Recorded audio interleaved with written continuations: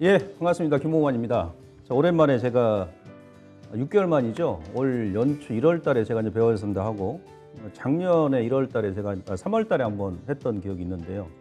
시장이 상당히 안 좋습니다. 지난달에 낙폭이 상당히 심했었고 지금 날씨도 상당히 더운데 시장은 더 뜨겁게 지금 우리를 괴롭히고 있습니다. 그래서 어려운 시장입니다만은 또 나름 또 살아남는 방법이 다 있습니다. 특히나 그 작년하고 재작년에 우리 그 동학개미 소위 얘기하면 그 주린이 분들께서 상승장만 2년 동안 경험하다가 이번에 이제 급락이 나오다 보니까 어떻게 대응할지 지금 도저히 그죠? 방법이 안 서실 줄로 제가 알고 있습니다. 그래서 힘든 장이고 어려운 장입니다만은 한번 같이 제가 시청자님들하고 분석을 해보고 고민을 해보고 거기에 대한 100% 정답이 아닐지라도 여러분들께서 최소한 살아날 수 있는 이런 장에서도 그러한 그 기회를 제가 한번 최선을 다해서 제공 한번 해드리도록 하겠습니다. 제가 3주 동안 일단 강의를 할 겁니다. 원래 저는 안 좋은 장에서만 제가 좀 많이 나오거든요. 왜냐면 좋은 장에 나와봐야 좋은 장에서는 여러분들께서 장 올라가니까 그냥 넣어놓기만 하면 다 돈을 버니까 그런 겁니다. 주식이. 자, 이번에 강의 주제는 부채 역습이 던진 저가 매수 기회다라고 제가 한번 정해봤고요. 작년에 제가 그 3월 달에는 이런 주제로 강의를 했습니다. 다들 아시겠습니다만 부채 역습이 몰려온다. 부채의 복수가 시작된다. 3월 달에 제가 이제 강의하고 나서 4월 달, 5월 달, 6월 달에 이제 종합지수가 고점이 나왔는데 실질적으로 3월 달 대비해서는 많이 오르진 않았죠. 그 이후부터 지금 계속 1년, 지금 13개월째 지금 빼고 있거든요. 그래서 과연 이 부채 역습이 아직도 몰려올 것이냐. 이게 이제 관건 아니겠습니까? 요 그림 다들 아실 겁니다. 제가 이제 신용 때문에 작년에 이제 말씀드렸던 내용인데, 이번에는 이제 그림이 어떻게 변하냐면, 이제 한 13개월 지났지 않습니까? 그래서 1년하고 이제 3개월 정도 지났는데, 그러니까 작년에는 제가 3월 달에 강의할 때는 부채의 역습이 몰려온다. 였는데, 올해 이제 7월 달은 이겁니다. 부채의 역습이 지나가고 있다. 지나간다. 그래서 항상 이런 시기에는 또 여러분들께서,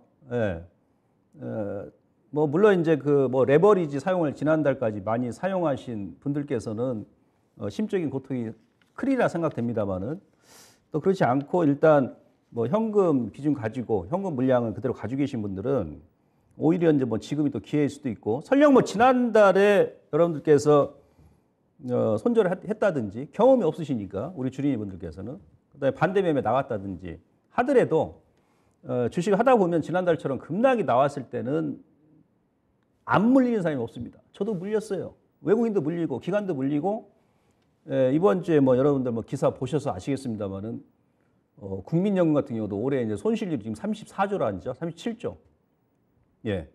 그러나 이제 의미 없는 구간에서 손절 안 하고 기업 스토리가 있는 기업들은 오히려 이런 구간에서 악성 매물을 소화하고 나서 더 가파르게 급반등이 나온다는 얘기예요.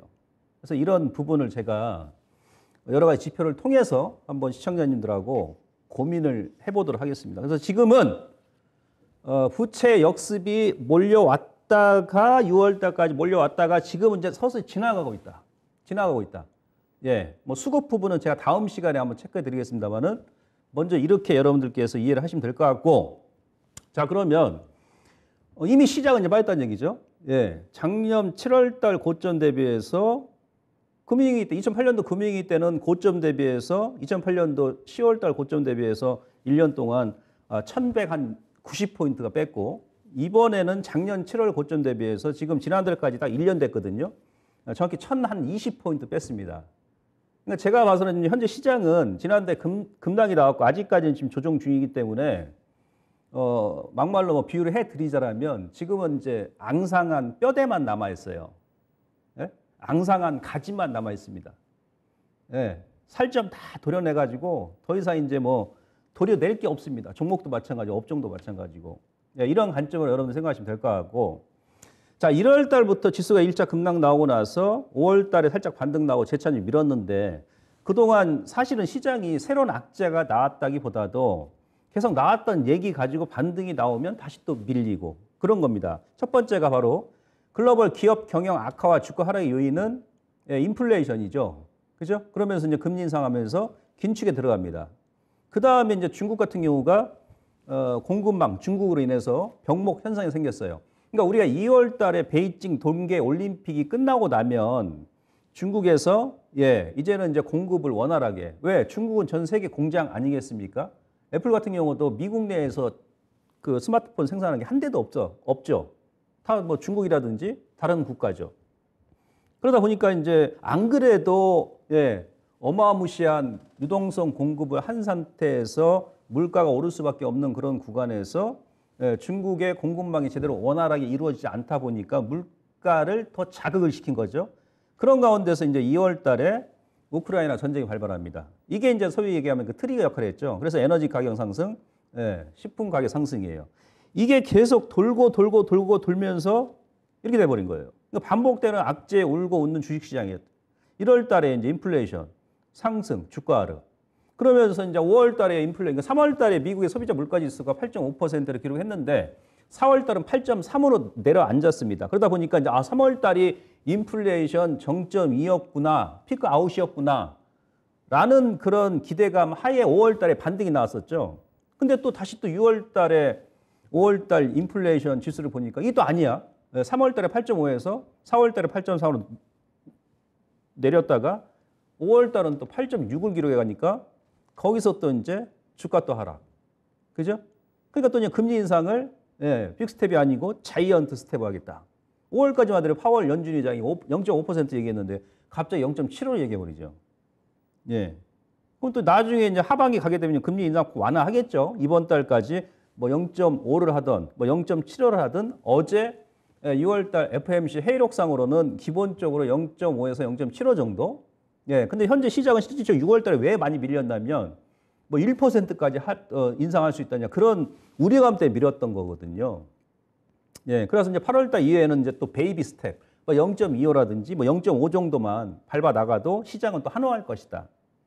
근데 또 이제 중국이 또 찌글찌글한 중국이 또 막 무슨 뭐 닭장 속에 닭도 아니고 지금 3년 동안 계속 봉쇄하면서 중국 국민들을 조금만 코로나 확진자 수가 한두 명 나와버리면 완전히 그냥 봉쇄를 해버리니까 강화하면 주가 하락, 완화하면 주가 상승. 근데 또 중국도 안 밀려 당사국가는.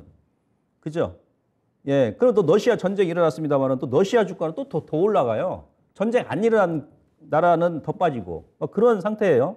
그러니까 뭔가 이제 앞뒤가 안 맞으면서 이러한 악재와 호재 가지고 그죠?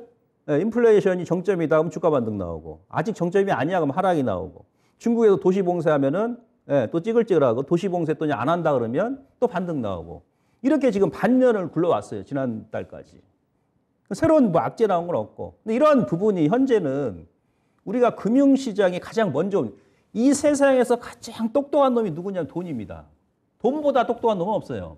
그러니까 돈이 항상 앞서 나가는 거죠. 선구자 역할을 하는 거예요. 그러니까 경기 선행지수보다도 더 먼저 앞서 나가는 것이 바로 주가지수입니다. 그래서 돈 벌기가 힘든 거예요. 왜 무슨 얘기냐면 작년에 제가 그랬지 않습니까? 삼성전자 1월 달에 고점이다 라고 얘기했는데 지금 한 1년 반 넘게 계속 밀잖아요. 근데 그 당시에 고점 주고 제 말대로 바로 그냥 꺾여버리면은 안 사니까 까먹을 일이 없고 바로 또 올라간다 그러면 돈 벌 수 있는데 시장은 그렇지 않다는 얘기죠. 항상 먼저 앞서 나간다는 얘기죠. 그래서 이제 어느 정도 예측을 잘 해야 되는데 좌우지간 이러한 악재가 현재 시장에서는 다 반영이 됐다. 언제까지? 지난 상반기까지. 6월 달이 또 이렇게 변동성이 심하냐면 원래 이제 분기 말에는 변동이 심합니다. 1분기. 그러니까 3월 달에 변동이 크죠. 그죠? 2분기, 6월 달, 3분기, 4분기 말. 그러니까 12월 달하고 1월 초에 변동이 심하지 않습니까? 근데 6월 달은 2분기 말이면서 상반기 말이란 말이에요. 그러다 보니까 기관하고 뭐 외국인들 같은 경우는 이게 리밸런싱 작업이 평상시보다도 더 활발하게 이루어지는 거. 소위 손바뀜 작업이라는 얘기죠. 그 중간에 이제 이러한 악재가 같이 트리거 역할을 하다 보니까 시장은 더 험난하게 6월 달에 빠졌던 것이더라. 이렇게 볼 수 있겠고요. 다음 보시면 자, 그러면 한 가지씩 우리가 이제 분석 한번 해보자는 얘기죠. 자, 지금까지 첫 번째가 이제 뭐냐면 인플레이션 아니겠습니까? 그죠? 자, 이번 주에 우리나라 국내 소비자 물가지수 발표했는데 6% 기록했습니다. 깜짝 놀랐습니다. 아침에 속보로 나왔기 때문에. 예. 그죠? 근데 시장은 오히려 그날 올랐어요. 3일 저녁 화요일 날 발표했을 겁니다. 그죠? 그날은 올렸어요. 올렸습니다. 우리 시장이. 예. 그럼 무슨 얘기냐? 인플레이션이 결국은 6%까지 올랐는데 5%를 돌파했으니까 어찌 보면 좀 약간 충격적이었음에도 불구하고 시장은 그날 올랐다. 이건 무슨 얘기냐? 이제 시장도 어느 정도 예, 인플레이션이 이번만큼은 이제 피크를 기록하지 않겠느냐라는 그런 기대감 때문에 올해 올린 것이 아닌가 이렇게 판단해 볼 수 있겠고요. 기술적으로도 2007년도 고점 라인이죠. 그러면서 장기 추세, 그러니까 2000년도부터 이어져 오는 이 트렌드 상단이었다는 얘기예요. 현재 이제 인플레이션은 이제 하반기에 급속하게 꺾일 가능성이 높다는 얘기예요. 지금 예상 경로입니다. 자, 2007년도, 8년도 금융위기 때 전에도 급속도로, 그러니까 이게 급속하게 올린 애들은 역불자로 하락을 나옵니다. 우리 종목도 마찬가지죠. 예. 그런 거고. 자, 오른쪽 그림 보시면 요건 이제 핵심 소비자 물가입니다. 그러니까 우리가 전체 소비자 물가는 그 에너지 가격하고 식품 가격이 같이 포함된 거죠. 근데 이제 핵심 소비자 물가는 에너지하고 식품 가격은 워낙에 이제 계절변 요인, 그 다음에 이제 국제 어떤 정세에 의해서 변동성이 심하기 때문에 그 두 개를 제외를 합니다. 근데 이제 국내 그 핵심 소비자 물가 지수는 이제 4%예요. 근데 핵심 소비자 물가 지수 역시도 2000년도부터 이어오는 이 장기 추세 저항선에서 얻어맞고 지금 꺾일 가능성이 높다. 그래서 이번 주에 인플레이션 지수를 발표하고도 6% 기록했습니다만은 주가가 좀 오른 게 아니냐. 그래서 이 부분도 어느 정도 시장에서는 선 반영돼 가고 있다. 그렇게 보시면 될 것 같고요. 다음 보시면 자, 이제 미국이 문제죠. 다음 주 수요일 날 미국이 소비자 물가 지수 발표합니다. 그죠? 아까 이제 이게 트리거 역할을 한 거예요. 그죠? 원래 3월 달이 8.5가 피크 아웃이다라고 예상을 했는데 4월 달에 줄었으니까. 근데 5월 달에 8.6이 나와버렸네. 그러면서 연준에서 그러면서 이제 미국의 10년물 국채 수익 금리가 올라갔고 그때부터 다우 나스닥이 6월 달에 급락이 나버린 거예요. 저점 깨버리고. 예. 그러면서 시장에서는 이거 0.5가 아니고 0.75를 소위 얘기하면 자이언트 스텝을 밟아 나가는 거 아니냐라는 그런 우려감 때문에 거기서 급 하락을 시킨 겁니다. 이게 요인이었다는 얘기죠. 예. 근데 장기 저항이고, 근데 중요한 것은 자, 미국의 핵심 소비자 물가 지수도 사실상 우리처럼 핵심, 그러니까 에너지하고 식품을 제외한 이 핵심 근원 소비자 물가 지수는 2달 연속 하락이에요.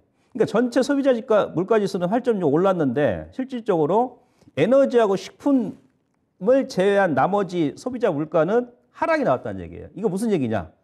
역시 우리가 6월 달에 국제유가가 130달러까지 갔었고요. 6월 첫째 주까지. 밀가격, 곡물 가격이 많이 올라왔었지 않습니까? 예. 그러다 보니까 이제 미국 같은 경우는 또 우리는 가구당 자동차가 뭐 한두 대입니다만은 미국은 1인당 한두 대지 않습니까? 상당히 민감하거든. 예? 가솔린 가격이 갤런당 5달러를 돌파했지 않습니까? 이게 좀 충격을 줬다는 얘기죠. 예. 근데 이제 그 핵심 소비자 물가 지수도 장기 추세 보게 되면 지금 저항입니다. 지난달에 저항이었어요. 예. 자, 그러면 지금 미국 같은 경우는 그래. 핵심 소비자 물가 지수. 그러니까 에너지하고 식품을 제외한 핵심 소비자 물가 지수는 오히려 안정이 됐어. 근데 에너지하고 식품 때문에 전체 소비자 물가 지수가 8.6을 기록한 거야. 실질적으로 미국이 5월 달 에너지 가격이 작년 대비해서 35% 무려 급등이 나왔습니다. 예, 그러다 보니까 그냥 충격을 안 받을 수밖에 없죠. 안 받을 수가 없죠. 그럼 과연 이게 꺾일 것인지 여부가 중요한 거 아니겠습니까? 저는 꺾인다 봅니다. 왜 그러냐면 자, 주식은 먼저 움직이죠. 그동안 국제유가가 강하게 올라오면서 가장 수혜를 본 종목이 뭡니까? 물론 뭐 다우 30개 종목군 중에서는 세브론 텍사코도 많이 올랐었고, 그 다음에 다우 30개 지수에서 편출됐던 그 전에 이제 미국의 시가총액 1위가 어디였냐면 엑슨모빌이었어요. 엑슨모빌. 그 친구도 많이 올랐습니다. 그 중간에 이제 S&P 500에 편입되는 대번 에너지하고 코노코 필립스가 많이 올랐어요. 근데 실질적으로 국제유가는 아직 안 무너졌습니다. 크게. 예, 이제 100달러 어제 살짝 그저께 깼다가 지금 다시 또 반등이 어디 나왔는데, 자, 대번 에너지, 그 다음에 코노코 필립스 같은 경우는 이미 6월 초부터 가서 밀었단 말이에요. 그러면서 121선, 경기선인 장기편 121선을 한 번에 깨버렸다. 이건 못 올라옵니다. 그러니까 뭐냐면 메이저들은 이미 벌써 때리고 있다는 얘기야. 그러면서 유가는 지금 방어시켜 놓고 나서 나중에 이제 빼겠죠. 그죠? 그러니까 제가 봤을 때 국제유가도, 아마 다음 주가 변곡점인데, 그죠? 한 70달러 밑으로 이제 빠지지 않겠느냐. 이렇게 볼 수 있겠습니다. 다음 보시면 이거죠. 자, 국제유가 지금 121선을 그저께 장대 음봉으로 이제 빠지지 않습니까? 그죠? 그러니까 대번 에너지하고 미국도 지금 종목별, 업종별 손바뀜이 아주 그냥 정신없이 지금 나오고 있습니다. 이럴 때 우리 개인들 아주 침착하게 FM대로 기준을 가지고 대응해야 돼요. 시장의 이 변동성에 따라서 갈대처럼 막 흔들리면서 내동매매버리면 남는 게 하나도 없습니다. 돈은 둘째치고 몸까지 그냥 지쳐버리죠. 건강까지 잃습니다. 이럴 때일수록 더 침착하게 해야 돼요. 이미 시장은 빠진 만큼 빠졌기 때문에. 그 다음에 오른쪽 보시면 국제 밀 가격도 우크라이나 전쟁 전까지 다시 원위 채워. 근데 여기서 무너질 때 있지 않습니까? 무너질 때 이 121선은 어지간한 반등이 나오는 그런 자리거든요. 121선은. 근데 120에서 한 번에 깼다는 얘기는 이미 그동안 콜 들어갔던 국제 메이저 세력들은 다 털고 나왔다는 얘기입니다. 이런 애들은 반등이 나와도 다시 또 밀어버려요. 끝났다는 얘기죠. 그러면 아까 다시 돌아가서 자, 미국에서 지난달에 소비자 물가지수가 높게 나왔던 요인은 바로 에너지하고 식품 가격 때문에 그런다. 근데 6월 달에 지금 다 무너져 버렸잖아요. 국제유가도 제가 봐서는 80달러 밑으로 밉니다, 이거. 다음 주에 이제 바이든이 어디 갑니까? 사우디 가잖아요. 그죠? 협상하러. 그러면은 6월 달이 적어도 미국도 마찬가지고 우리도 소비자 물가지수가 고점일 가능성이 상당히 높다라는 그런 추정을 우리는 해볼 수 있겠다. 라고 말씀드리면서 다음. 국제유가 장기 추세죠. 근데 기술적으로 여기서 또 밀릴 자리야, 또 장기. 이건 돌파제 한 번에 못 한다 그랬습니다, 여러분들. 제가 이제 공개 방송에서 여러 번 보여드렸습니다만은 1991년도 이래 보조 지표를 보더라도 최고 가열권이고요. MAC도 마찬가지고 이 장기 저항이라 이건 한 번에 돌파 못 합니다. 어디까지 민다? 70달러까지 밀고 나서 거기서 찌글찌글하다고 다시 이제 올라가겠죠. 그죠? 이 국제 원자재도 마찬가지입니다. 이미 꺾여버렸어요. 장기 저항이라는 얘기. 얘도 지금 보조 지표 자체가 상당히 가열권이었어. 30년 만에 최고치였단 말이에요. 여기서는 한 번에 못 간다는 얘기죠. 이렇게 급등이 나왔던 단기간에 이렇게 급등이 나왔던 애들은 빠질 때도 2007년도 마찬가지입니다. 이런 식으로 급락이 나와버립니다. 급락이. 그러면 아까 이제 인플레이션, 공급망, 그다음에 이제 우크라이나 전쟁인데 그 인플레이션 가장 중요한 게 지금 해소돼 가고 있다. 그런 와중에서 지금 금리가 이거죠, 이제. 여기서 뭘 우리가 유추해 볼 수 있냐면 자, 한국은행 같은 경우는 지금 기준금리가 우리가 코로나 때 2019년도 10월 달이죠. 지금은 기준금리가 1.75입니다. 1.75. 근데 코로나 터지기 전에도 그 당시 기준금리가 1.25였어요. 그러니까 지금 실질적으로 우리나라 금리는요, 코로나 전보다도 더 높아요. 왜냐하면 그 전에 문재인 정부에서 금리 인상을 4번을 하고 나서 정부를 넘겼거든요. 그죠? 그건 A입니다. 이런 식으로 어떤 경기가 급속하게 또 위축이 될 수 있기 때문에 항상 그전 정부에서 미리 정권 이제 마감하기 전에 금리를 보통 2-3번 이상 인상을 시켜주고 다음 정부한테 넘기는 거예요. 근데 문재인 정부에서 4번을 인상을 시켰습니다. 그래서 이번 정부 들어와서 5월 달에 또 0.25 인상해가지고 1.75예요. 그러니까 지금 실질적으로 지금은 미중 무역 분쟁 할 때 그 당시까지 지금 1.75까지 올라왔다는 얘기죠.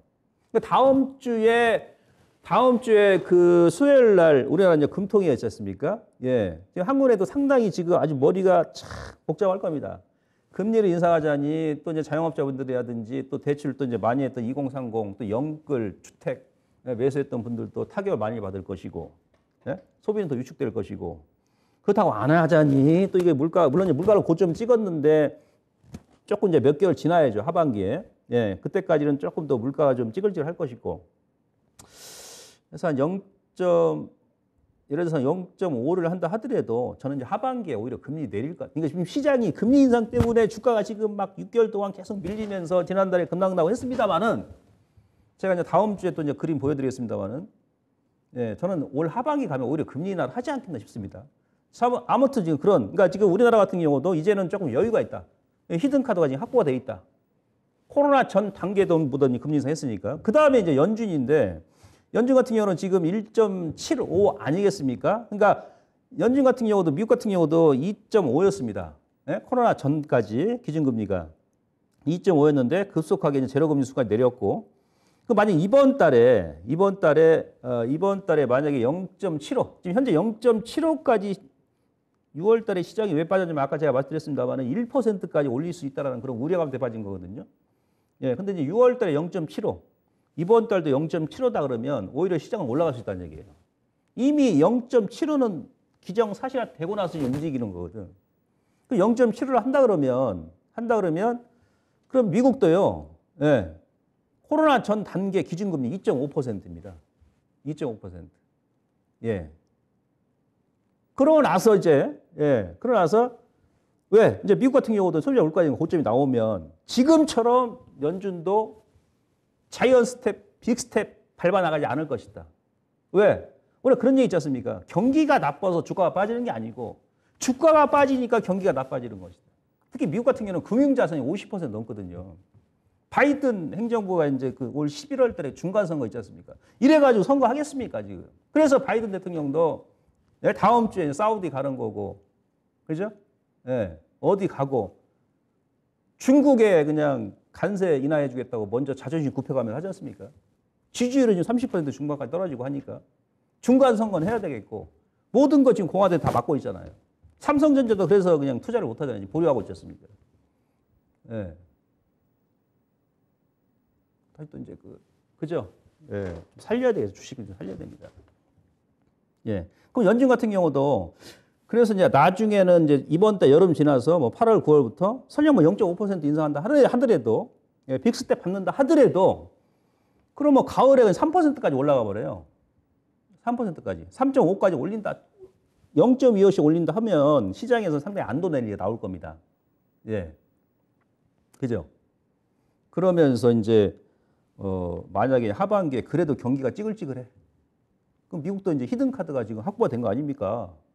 예? 올 1월 연초까지는 제로금리였는데 이제 경기가 다시 또 침체로 예상보다 더 경기가 이게 회복이 안 돼? 다시 금리 인하하면 되죠. 이제는 예, 기준금리가 뭐 연말 전까지 3% 이상 기록할 것이니까. 이렇게 이제 지금은 우리가 생각해야 된다. 다음 보시면 자, 우리나라 이 GDP 성장률 예.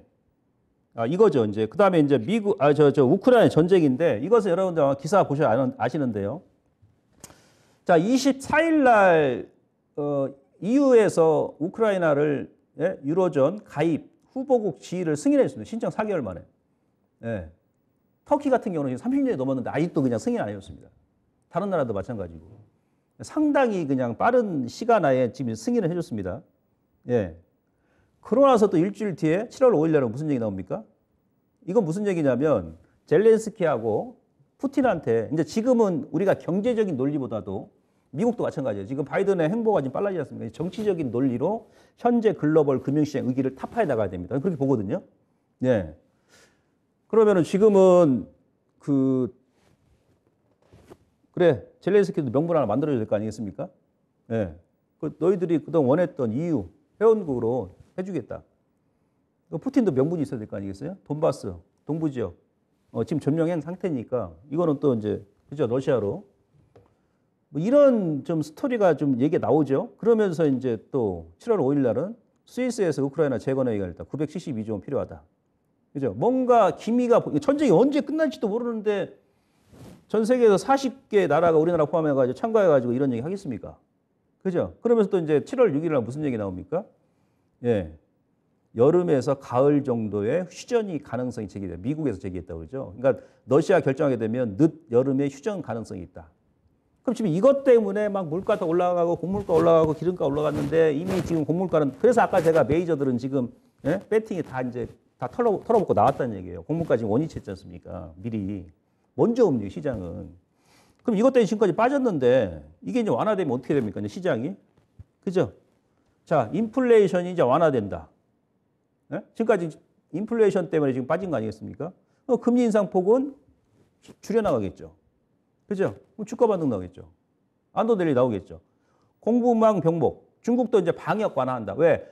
이번에 코로나 오미크론 그 바이러스 같은 경우는 지금 기존의 오미크론보다도 하이 변이지 않습니까? 얘가 또 이제 지배종이 되죠. 그죠? 예, 전염 속도가 상당히 빠르다는 얘기는 중주가 아니라 상당히 낮다는 얘기 아니겠습니까? 예, 그래서 중국 같은 경우도 지금 방역을 어제 뭐 상하이라든지 베이징 같은 경우도 이제 부분 방역을 합니다. 부분 방역. 예. 이 정도만 하더라도 이제 크게 지금까지는 막 다 봉쇄를 해버렸으니까 뭐 1,000만 시민들이 있는 도시를 한 번에 다 봉쇄해버렸지 않습니까?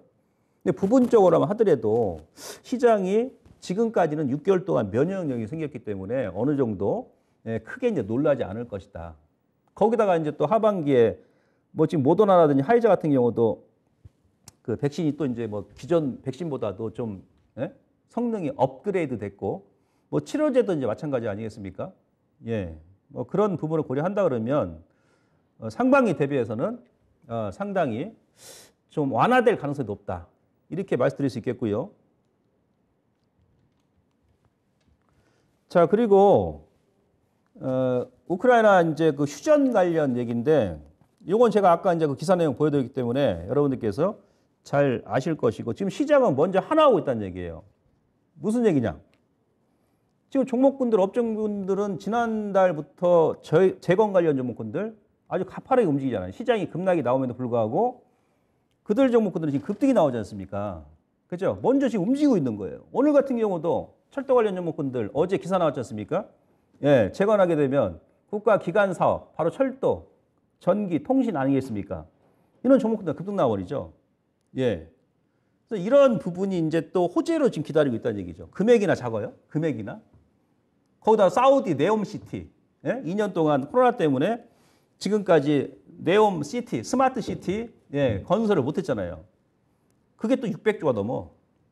그러면 어떻게 됩니까? 이제 주가 상승, 금융시장이 안정이 되고 금리 인상폭은 완화될 가능성도 없고 거기다 이미 이제 금리는 우리도 그렇고 미국도 이번 달까지만 가게 되면 코로나 전 단계 기준금리까지 올려놨기 때문에 좀 여유가 생길 것이다.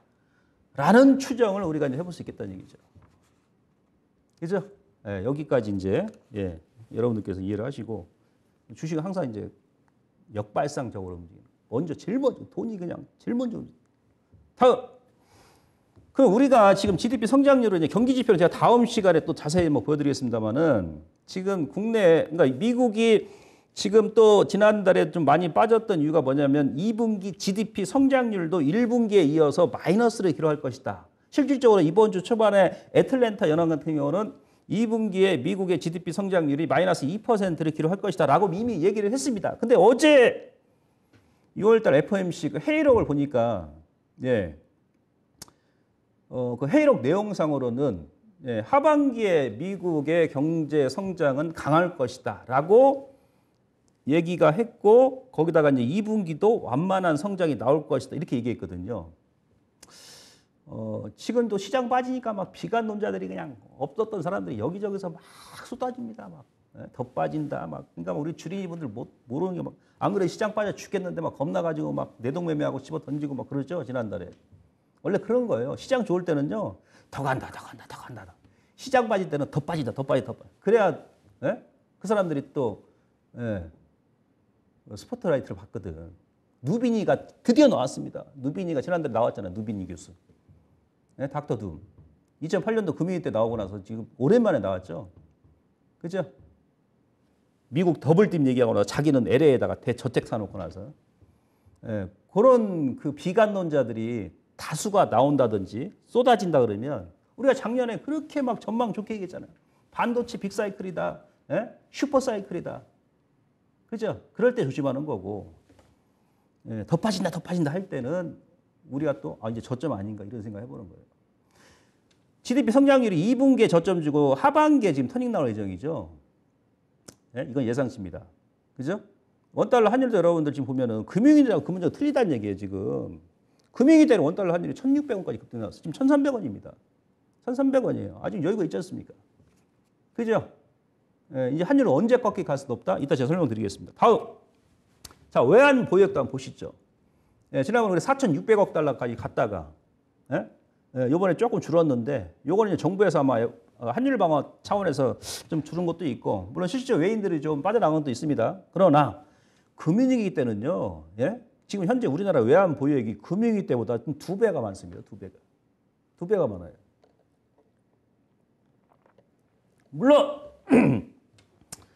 물론 여름까지 좀 더 줄겠죠. 줄었다가 여기 다시 저는 5천억 불 돌파한다고 보거든요. 그리고요. IMF 때하고는 지금 틀린 게 우리나라 지금 그 외국인들이 예? 투자하는 것은 자기네들이 좋아서 투자한 거예요. 그러니까 지금 현재 우리나라 외환 보유액의 거의 70% 이상은 예, 외국인들이 우리나라 주식이 좋으니까 투자한 거고 부동산 싸니까 투자한 거고 채권 사고 자기네들이 좋아서 투자한 거거든. 예, 이 정도 수준이거든요. 수출도 지금 조금 줄었습니다만은 신고가 나오면서 준다 하더라도 이 박스가 하단까지 밀지 않습니다. 눌렀다가 다시 터닝 나올 것이다. 예, 현재까지 지표상으로는 크게 문제가 없다라는 부분을 말씀드리면서 자, 그림 한번 보시죠. 시간이 또 금방 가요.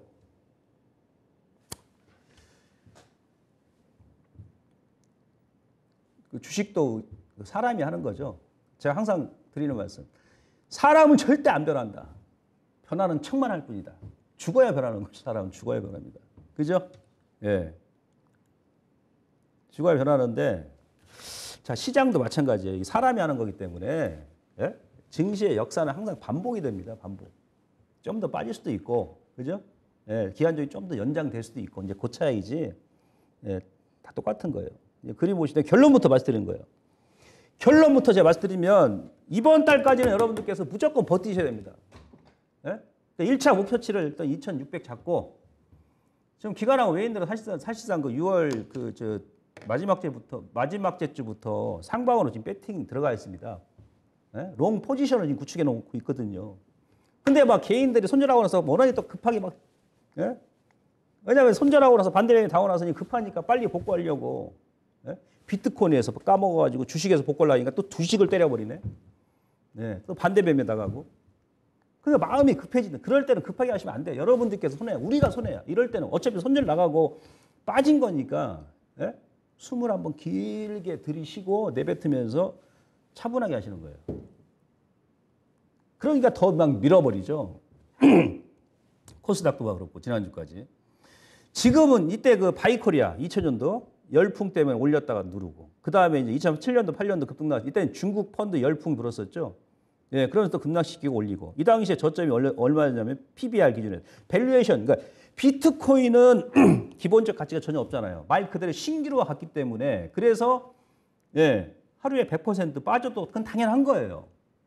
예? 테라나 루나 같은 경우도 걔네들은 뭐가 있습니까? 기본적 가치가.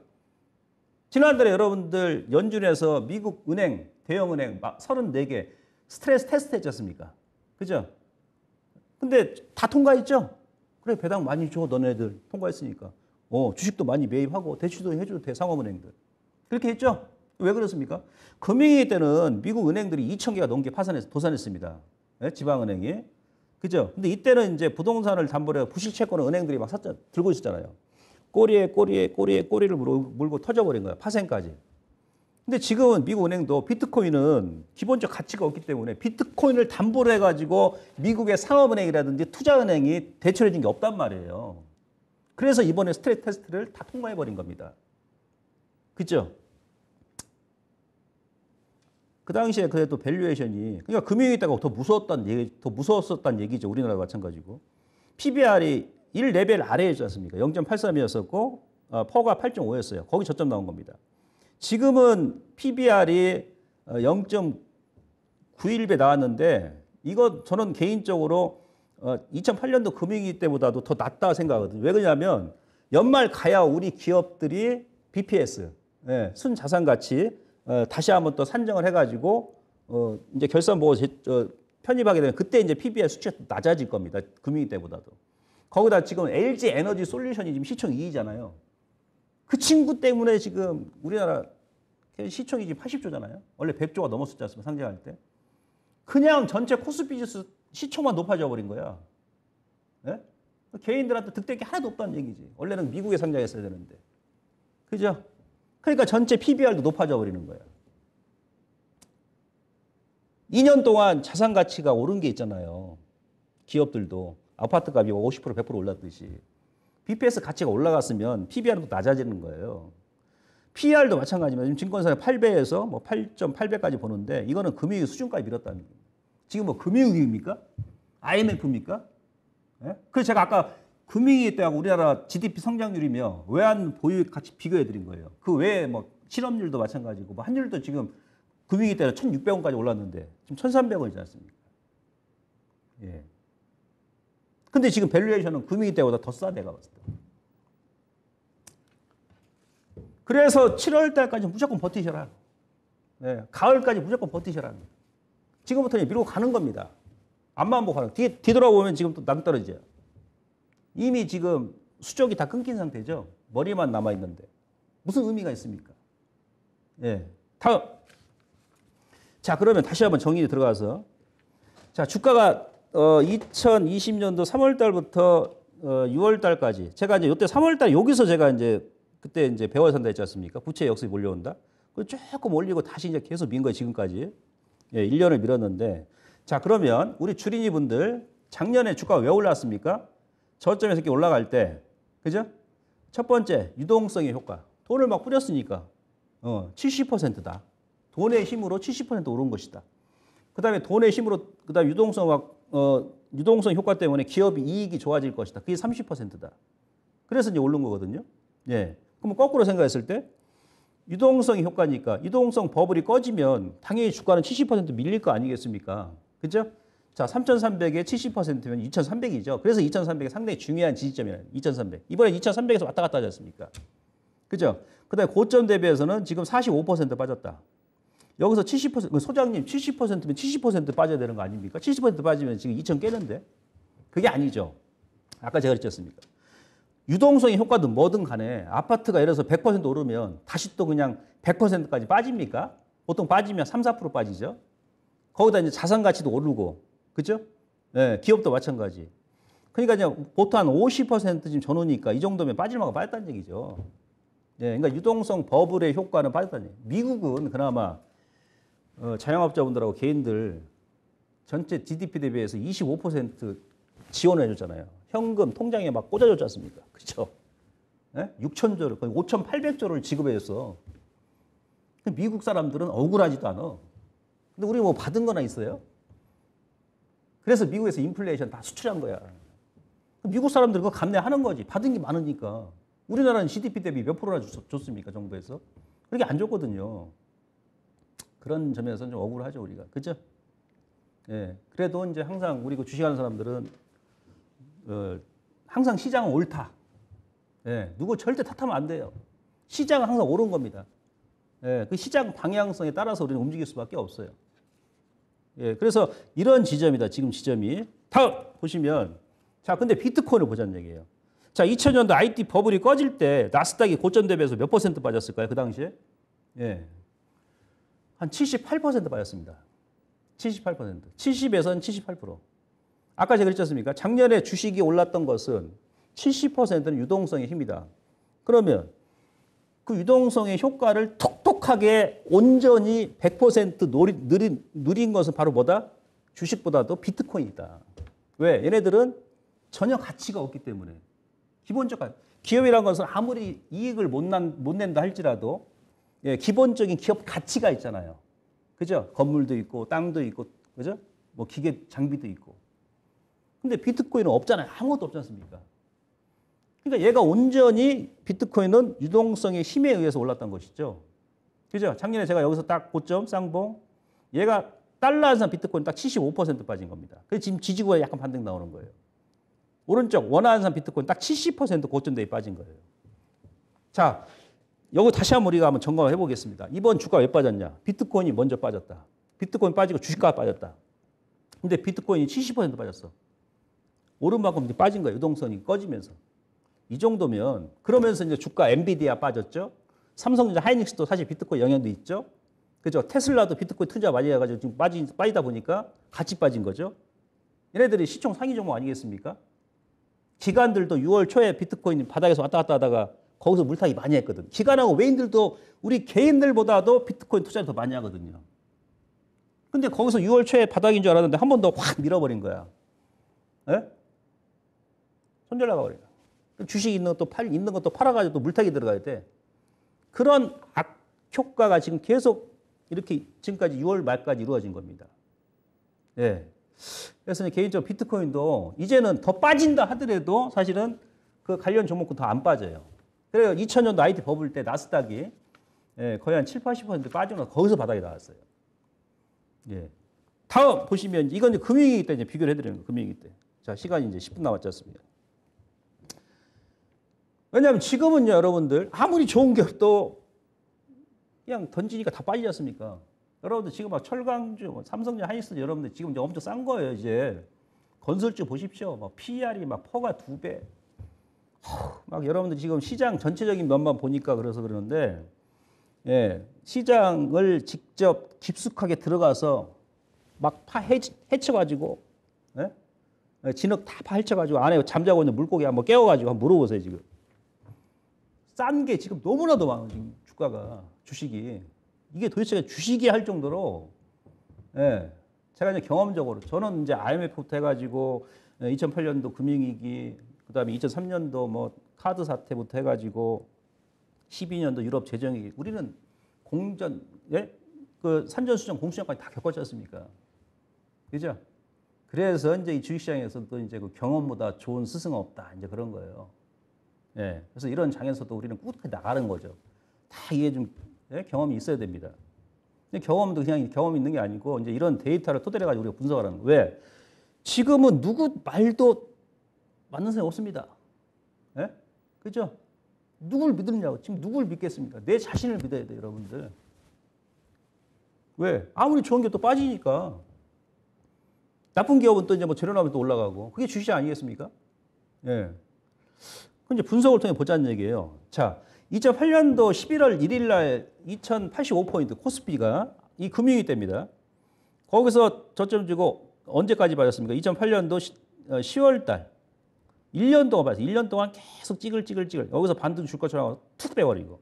찌글찌글하다가 툭 빼버리고. 여기서 찌글찌글하다가, 예? 폭락이 나와버렸죠. 여기서 걔는 손절 나가버리죠. 자, 그러면 2085에서 892포인트, 1193포인트 뺐어요. 빠진 하락 기간은 12개월. 다음. 자, 현재입니다. 현재. 자, 현재 보시면, 자, 작년 7월 달에 3,313에서 7월 1일까지 보시면요. 2,290. 금융위기 때보다도 조금 덜 빠졌죠. 1,022포인트. 예, 지금 7월 달이 저는 6월 달까지 딱 12개월 하락할 때 보거든요. 이번 달은 올릴 거라 봐요. 월말에. 예. 그럼 금융위기 있다고 기간하고 하락폭이 거의 비슷합니다. 근데 지금 금융위기입니까? 아까 제가 그래서 경제지표로 보여드린 거 아니겠습니까? 이 부분을 여러분들께서 생각하시고, 예, 다음. 이건 뭐냐면 이제 2000년도, 그러니까 IT 버블 이후에, 그러니까 21세기 들어와서, 지금 2022년이니까 22년 동안 종합지수가, 코스피 지수가 20% 이상 하락했을 때 그 조정 기간을 제가 분석해 온 겁니다. 딱 3번이었어요, 3번. 언제? IT 버블 때 꺼질 때는, 이때는 이제 10개월 조정 나오고 나서 54% 하락이 났습니다. IT 버블 때도 54%. 그다음 이때는 이제 카드 사태 때, 2007년도 랠리 나오기 전에 마지막 눌렀던 그런 구간이죠. 이때는 45%, 12개월 조정 나왔습니다. 중간에 넘어가고, 그다음 2007년도 금융위기 때, 아까 제가 보여드렸죠? 57% 하락이 나오면서 1년 조정 12개월. 중간 패스 2번. 7월 달, 작년 7월부터 지난달 6월 23일 그때 기준에서 제가 한 겁니다. 예. 살짝 7월 초에 뺐다가 다시 좀 올렸지 않습니까? 그럼 45% 빠진 거야, 사실은. 정확히 따지면. 그러면서 6월 달, 저는 6월 달까지 조정이라 얘기했습니다. 이번에도 12개월. 예? 그러니까 7월 달, 이번 달은 지금 눌렀다. 그러니까 푸시에 월말에 이제 업. 아래 꼬리 주고 올라올 가능성이 상당히 높다는 얘기입니다. 그래서 제가 버티시라는 얘기예요. 그러면은 22년 동안 종합지수가 12개월 이상 조정 나온 경우가 없고, 지금도 금융위기 때, 이때는 금융위기 때니까 이해를 합니다. 그죠? 지금 42%면 2002년도 별 차이가 없어요. 이 정도까지 밀었다는 얘기입니다. 앙상한 뼈대만 남았다는 얘기예요. 이런 자리에서 여러분들께서는 오히려 기회로 생각한다. 그리고 자, 지난번에 6월 달에 급락 나올 때 보세요. 제가 항상 우리 공부했죠. 우리 개인 투자자분들께서 손절을 막 하고 나서 신용 물량 쏟아질 때는 그때 인내하시는 거다. 그러면서 빠진 그 구간은 오래 안 갑니다. 오래 안 가요. 예? 6월 15일부터 여러분들 보세요. 언제까지? 예. 9거래일 동안 27일까지 양시장의 신용이 3조 5,600억이야. 근데 이 중에 또 시탕론이 많습니다. 우리가 보통 반대매에 나오면 여기서 급락이 나온 신용이 9시에 신용 반대매에 나오죠. 그죠? 10시에 이제 그 개인 전문 투자자들 CFD 물량 나오죠. 2시에 이제 스탁론 또 물량이 나옵니다. 그죠? 근데 여기는 또 스탁론 물량을 제외한 거야. 그럼 제가 지금 신용화 스탁론까지 한다 그러면 요 기간 동안, 이 급락 나왔던 요 기간 동안요, 짧은 기간에 예, 최소한 한 6조 원 이상 물량이 나온 거예요. 악성 매물이. 예, 그러니까 우리 개인들이 결국은 뺐다는 얘기입니다. 이 당시에 제가 다음 주에 이제 수급 여러분들께 보고 드리겠습니다만은 기관하고 외인들은 판 게 없어요. 이렇게 밀었을 때는 여러분들께서 그냥 가만히 계시는 거야. 예? 다시 올라옵니다. 오래 안 가요. 이런 자리는. 예, 이런 거고. 다음 이제 정리 들어가면 정리. 요거 이제 전략인데 지금 몇 분 남았죠? 아, 7분 남았네. 그럼 다시 돌아갔어. 그죠? 예. 조금 더 설명을 드릴게요. 7분 남았으니까. 이제 수급을 다음 주에 제가 다시 한번 또 체크를 해 드릴 텐데요. 이 당시에 이제 일간으로 따져도 기관하고 외인들이 이 구간에서 판 게 없어요. 그러니까 뭐 이게 뭐냐면 전형적인 그 개미 핥기, 개미 훑기죠. 개미 훑기라고 그랬죠.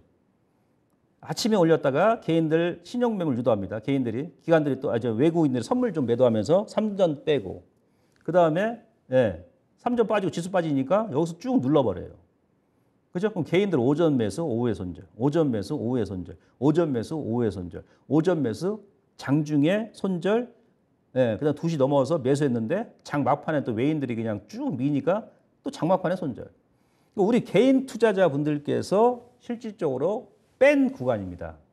예? 800 깰 때. 거래소 같은 경우는요. 6월 달에 외인들이 전체 매도한 물량이 5조 5천억입니다. 5조 5천억인데 그중에서 3조 7천억, 70% 삼성전자 한 종목이에요.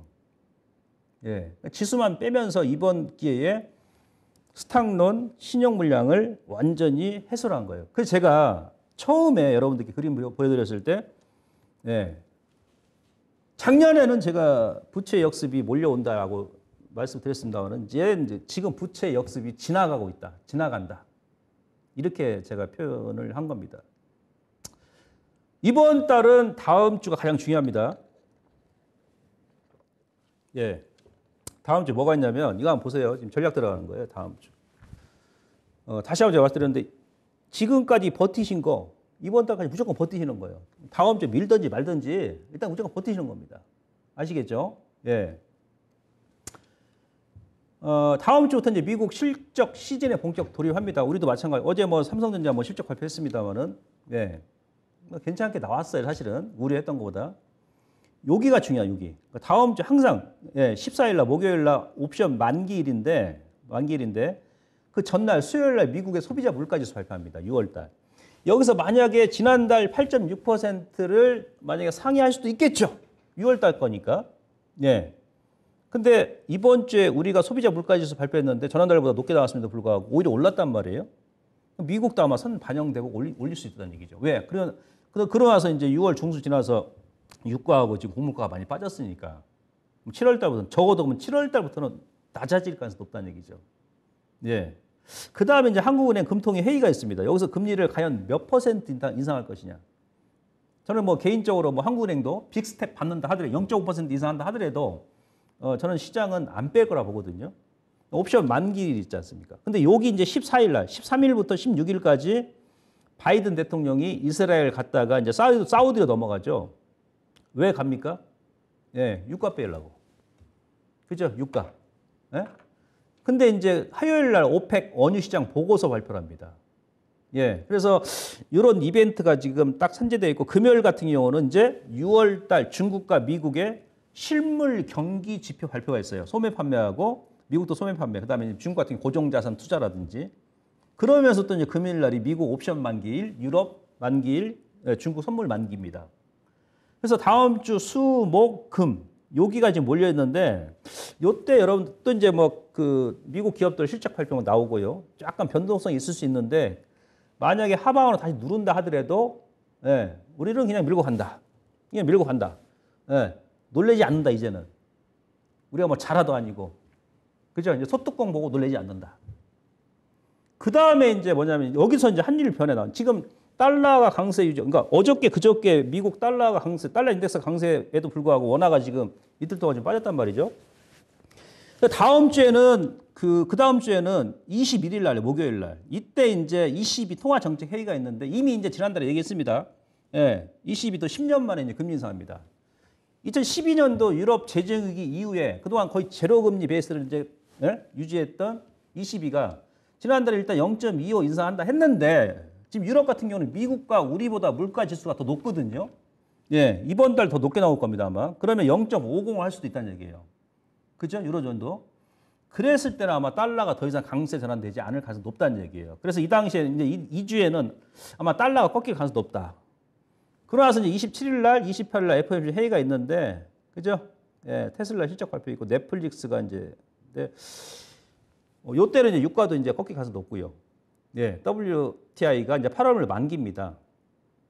어쨌든 간에 이제 이렇게 지금 이벤트가 대기 중인데, 지표가 좋든지 나쁘든지, 그로 인해서 시장의 변동성이 크든지 작든지, 그로 인해서 주가 다시 빠지든지 오르든지, 빠지면 빠지는 대로, 오르면 그냥 오르는 대로 가져가시고, 빠지면 빠지는 대로 일단 버티십시오. 예. 그럼 일단 우리가 첫 번째 목표는, 지수, 첫 번째 목표, 2,500에서 한 2,600 사이 정도. 그죠? 예. 그 다음에 두 번째, 이제 가을하고 올 하반기까지는 적어도 한 2,900, 예? 3,000. 절대 외봉으로 끝나는 경우는 없습니다. 월봉 기준으로 했을 때 코스피가 정배열 상태에서 이렇게 급락이 나왔을 때는 죽들에서 쌍봉을 죽는 거예요. 그 부분에 대해서는 제가 이제 다음 주에 다시 한번 수급 체크해드리고 기술적 분석도 해드리면서 좀 더 많은 자료 준비해가지고 다음 주에 제가 다시 찾아뵙도록 하겠습니다. 주말 잘 보내시고요. 다음 주에 뵙겠습니다. 고맙습니다.